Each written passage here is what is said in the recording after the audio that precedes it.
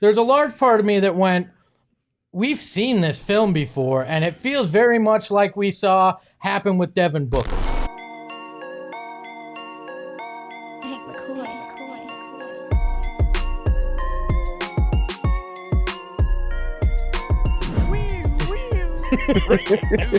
Espo defends Luka Doncic.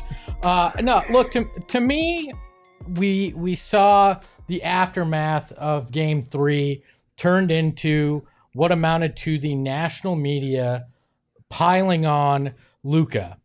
And well, there's a small part of me that was like, yeah, there's a large part of me that went, we've seen this film before, and it feels very much like we saw happen with Devin Booker, right? Mm-hmm. You wind up going 2 weeks ago, Luka, potentially best player in the NBA, or him and Kyrie, one of the greatest backcourts in the league right now, to he's fat, he can't defend, he complains too much. Like, my favorite was you heard freaking Colin Cowherd go, is he just a slightly better Carmelo Anthony? No, boy. Right?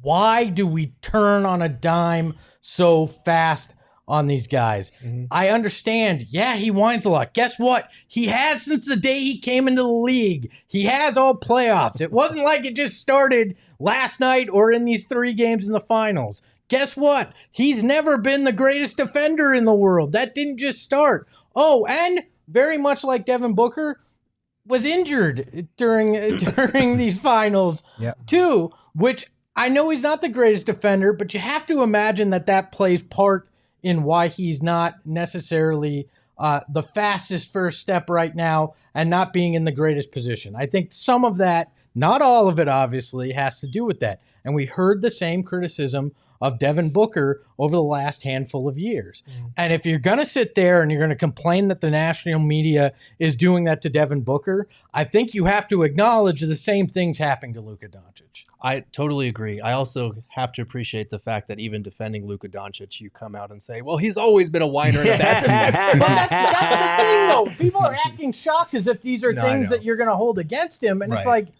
but I mean, we know Devin has always complained about calls, and that's fine. That's part of the NBA, right? And always has been, right? No. And some guys just aren't going to be the greatest defenders, and you accept that. That's always been part of the game. So it's not. I don't mean that as massive slights. I mean the whiner thing, maybe, but you know. No, I know, and I think here in the finals, it's a situation where people are kind of clutching their pearls a little bit more because it's so much more noticeable on this stage. Because the defense, the way that Boston is attacking him, it's literally like any points he's scoring on one end, they are going at him on the other end. But I also think it's important to acknowledge that dude is clearly not 100%. Watching the way that he's moving out there, we saw it all throughout the playoffs leading up to this series, how Luka and Kyrie were so engaged defensively. I don't believe that he just reverted to terrible tendencies for this one series against a team, by the way, which is much better than anything that they saw coming out of the West. So I think that's part of it. I think part of it is just acknowledging that Boston's really good. Part of it is it can be 2 things at once. Like Luka was fantastic and the Mavs had a great run getting to the finals, but they're going through a buzzsaw right now that is the Boston Celtics. They're just a better team. It doesn't have to always be, well, we got to tear one down to lift the other one up. Right. We did this same shit a few weeks ago with Anthony Edwards. Everyone's singing his praises, and then as soon as the Timberwolves fall on hard times, it's like, no, we were wrong. He's terrible. He wasn't that good all along. We need to get in a better habit as fans, as media, as people who consume the game of appreciating and uplifting good things instead of always seeking to tear down bad things when players come up short. Because guess what? There's more talent. There's more talented teams in the NBA than there ever has been. And what Luka has done this playoff run has been magical. It's been very special to watch. It's been fun to watch, unless you just don't like Luka and the Mavs, which I get. We're a Suns podcast, so I'm sure there's some of you out there.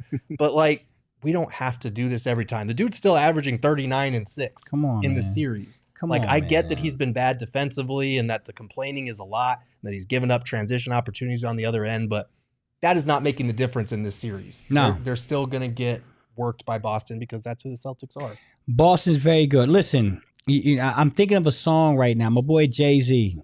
Go back and listen to the Hard Knock Life album. There's a song in there called it was all good just a week ago. That's what I'm thinking. Yep. That's what in my mind I'm hearing. Like Luka would, again, man, we got to stop going to the extremes on both ends. Right? When Anthony Edwards is having a fantastic 3-week run, man, praise Anthony Edwards. Give him the love he deserves. But don't call him Michael Jordan, because you're setting him up for failure. Because then he has a bad series, and it's like, well, this guy's thinking, no, man, he's one of the greatest players on planet Earth. But the extremes is what bothers me, how you go from 0 to 100 in a week. Like, Luka Doncic is one of the best basketball players you will ever see in your damn life if you live 300 years. He's so damn good, it's hard for me to explain. But he's playing against a Boston team that is built to match up better with him. They don't have to send 2 on the ball. They got numerous guys they can send at him one-on-one. They take away his passing lanes. The guy's got 2 bum knees right now. Like, he's struggling, and like G said, he's having 36 and what? 36 and 6? 39 and 6. 39 and 6, man. Come on. Like, basketball is a team sport.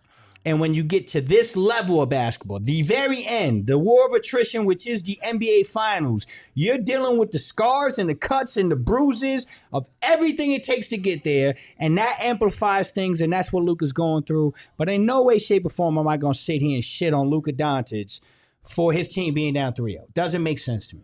Well, you can, okay, and Steven, I'm sure you agree with this, but you can be critical of what's going on in the series, but it's the vast swing from this guy, best guy in basketball, to he's fat and he shouldn't be considered even great right now. Like it's that vacillating pendulum that bothers me the most. Welcome to hot take culture, gentlemen. That's the climate we're in. You're wrong. Correct. And loudly and with the both fingers pointing yes. And might be another one that might not be as nice pointing that as well. You know, that's the space we're in. It's unfortunate because there's so much great basketball taking place. These entire I've seen people saying like this is like the worst playoffs ever.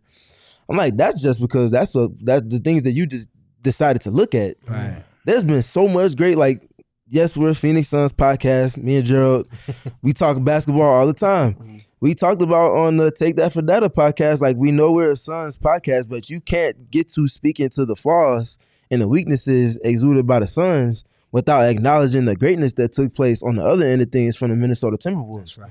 And that's it right there. There's a balancing act there. Like, yes, you can acknowledge, like Espo said, you can acknowledge the lack of whatever that might be taking place with Luka. You can attribute it to whatever. There's a multitude of things, but you can attribute it to whatever. But just make sure that you're balancing that out with acknowledging the greatness that the Boston Celtics are putting on display.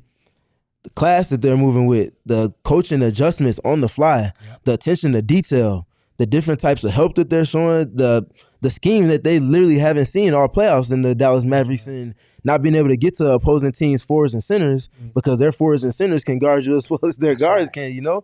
And then manipulating things differently on the other side of the ball. Like, I'm not trying to go too much into detail, but there's entirely too much comprehensive basketball at the highest level, like you said, and you said, taking place on the grandest stage.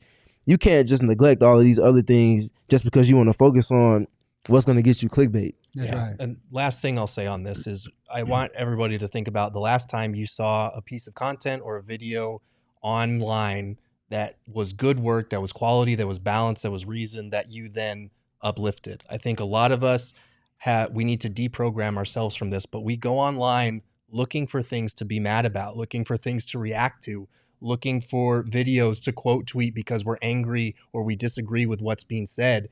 And instead of wasting our time and energy on that, just ignore it and look for content that you like, support that, share that, because that is the only way that this space is ever going to change